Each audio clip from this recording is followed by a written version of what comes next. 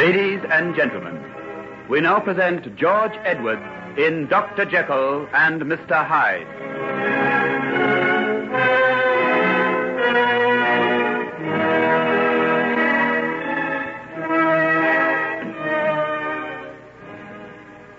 Well, my boy, did you get some sleep? Not very much, I'm afraid. Did I hear you wandering round after we parted? Me?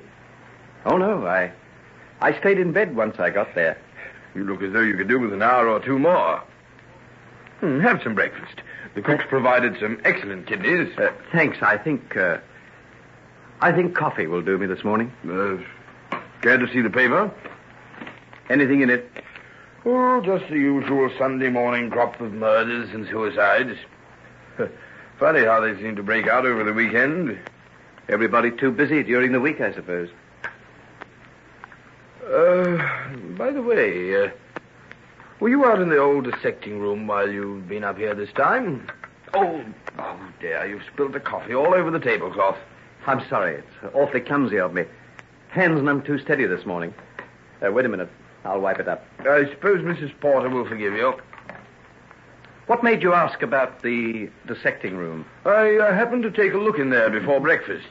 There were traces of a fire having been lit there quite recently. Last night, I should say. No, I wasn't there. I wonder who it could have been. One of the servants, perhaps. They might have been entertaining some friends. I'll have the lock on the outer door changed. Oh, by the way, it was open when I looked. Open was it? Oh, well, perhaps the nocturnal visitor left in a hurry. It's a bad business, really. I thought I could rely on all the people we have here. That back door gives access to a very bad part of the city. We can't afford to risk having that door left open.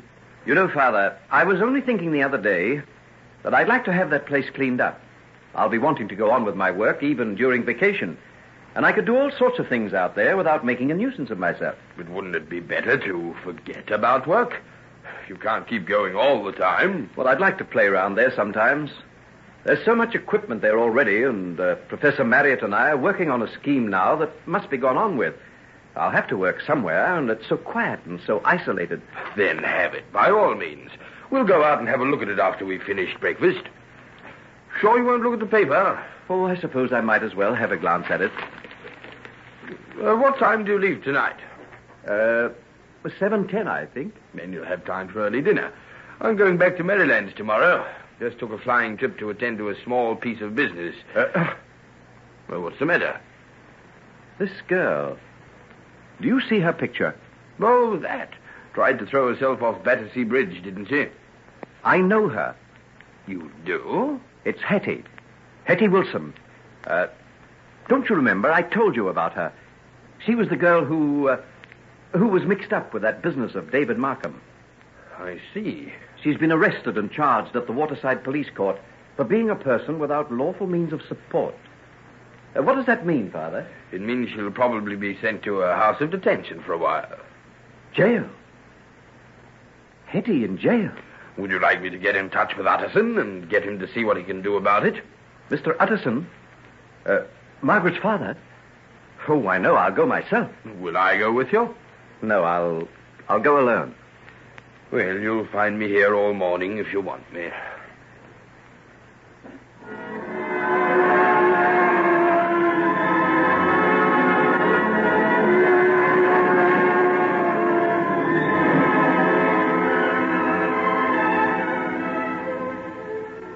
No, the prisoner has been removed to the jail infirmary.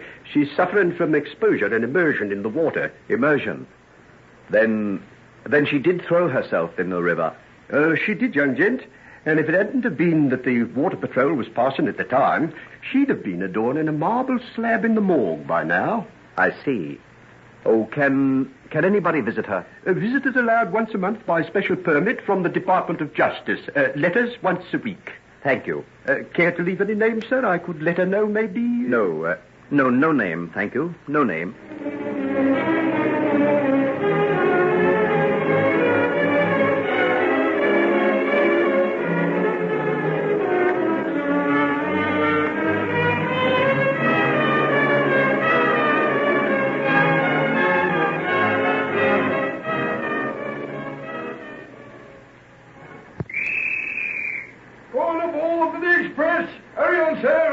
Jekyll! Jekyll, here! Oh, thank heavens you've made it. Roberts and I are in a fit. Nice mess you'd have been in if you hadn't been there for assembly tomorrow morning. What's the matter with you? You look all out. I had to rush for the train. Making the most out of merry old London town, eh? I must say you're a dark horse. Roberts and I are a couple of babes in arms compared to you. I wish to show us the way around next time. Still, we didn't do so badly. Have a good time today? Oh, yes. Marvelous.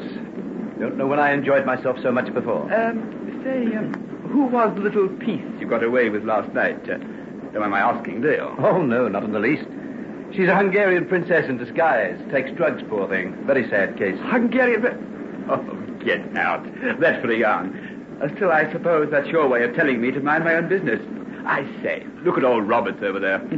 Sound asleep already. Think I'll do likewise. Oh, what a night.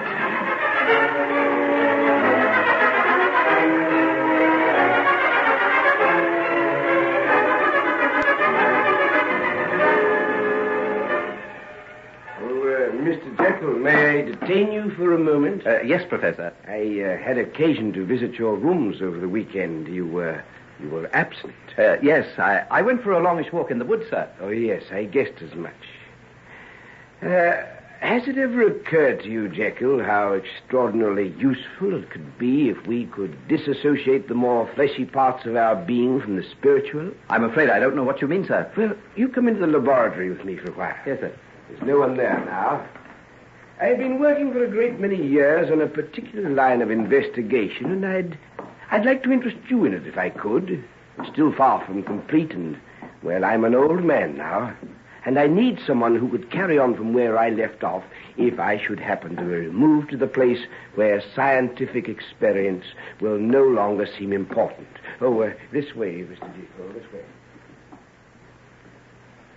Professor, are you putting this theory of yours forward as a practical proposition? It is not my habit to be facetious about matters of experimental science, young sir. And you truly think that by, well, shall we say, deadening a section of physical consciousness of the will, one can release the other from the influence of its counterpart? Why not? See, I reach out my hand to lift this small earthenware bowl off the flame, but knowledge tells me it is hot. This makes me hesitate, and fear of consequences causes me to withdraw my hand. I see. Much better than grasping it and suffering a lot of pain. Precisely. Now let us proceed from the realm of the physical to that of the spiritual. We desire something intensely. It may be something that we know is harmful to us, that may even be injurious to us.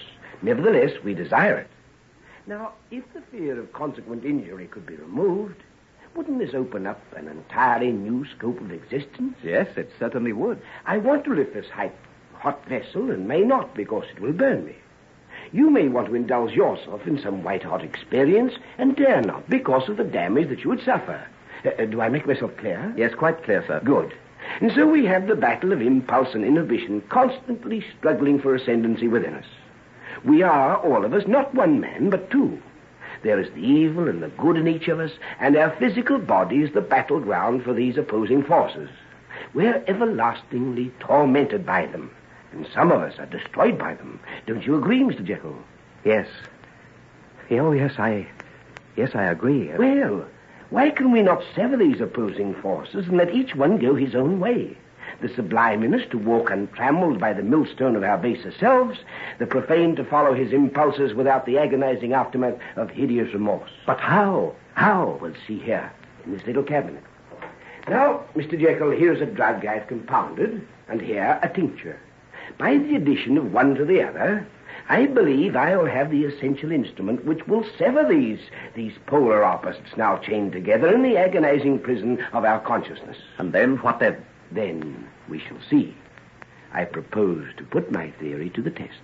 You are going to experiment on someone? I am going to take the drug myself. You? But supposing it fails, supposing you've made some sort of a mistake. I know perfectly well the risk I run. Any drug as powerful as this might well prove fatal. But I'm an old man. I have no family, no obligations, except to the furtherance of science, a master I've served all my life. Oh, no, you mustn't. You can't be spared. I've left all my affairs in order, Mr. Jekyll.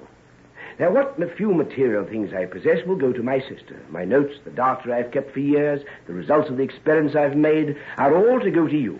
You are my spiritual heir. Oh, sir, Professor Marietta, I'm too young. This is too great a responsibility for me. Only a young man on the threshold of his career should have them.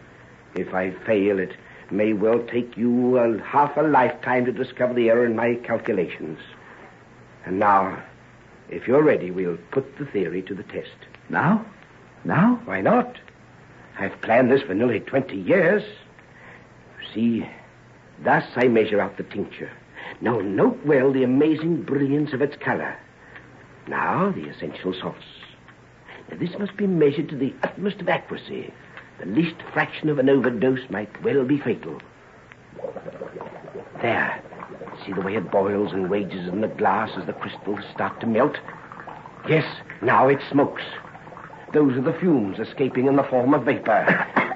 It catches the throat, eh? Now, see the color changes. The original crimson turns to purple.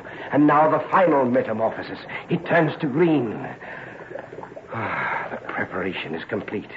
Now remains the final, ultimate test. Oh, but this is blasphemy. You're going to rip apart the veils that hide the human soul. Galileo was threatened with a rack on the wheel of Inquisition for the blasphemy of saying that the earth revolved round the sun. And I am prepared to accept the torture that will follow the taking of this preparation for the sake of my beliefs.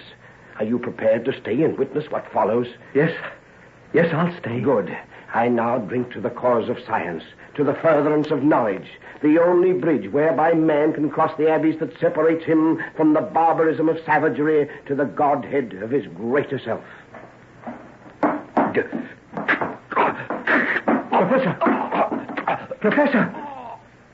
Professor, he's dead.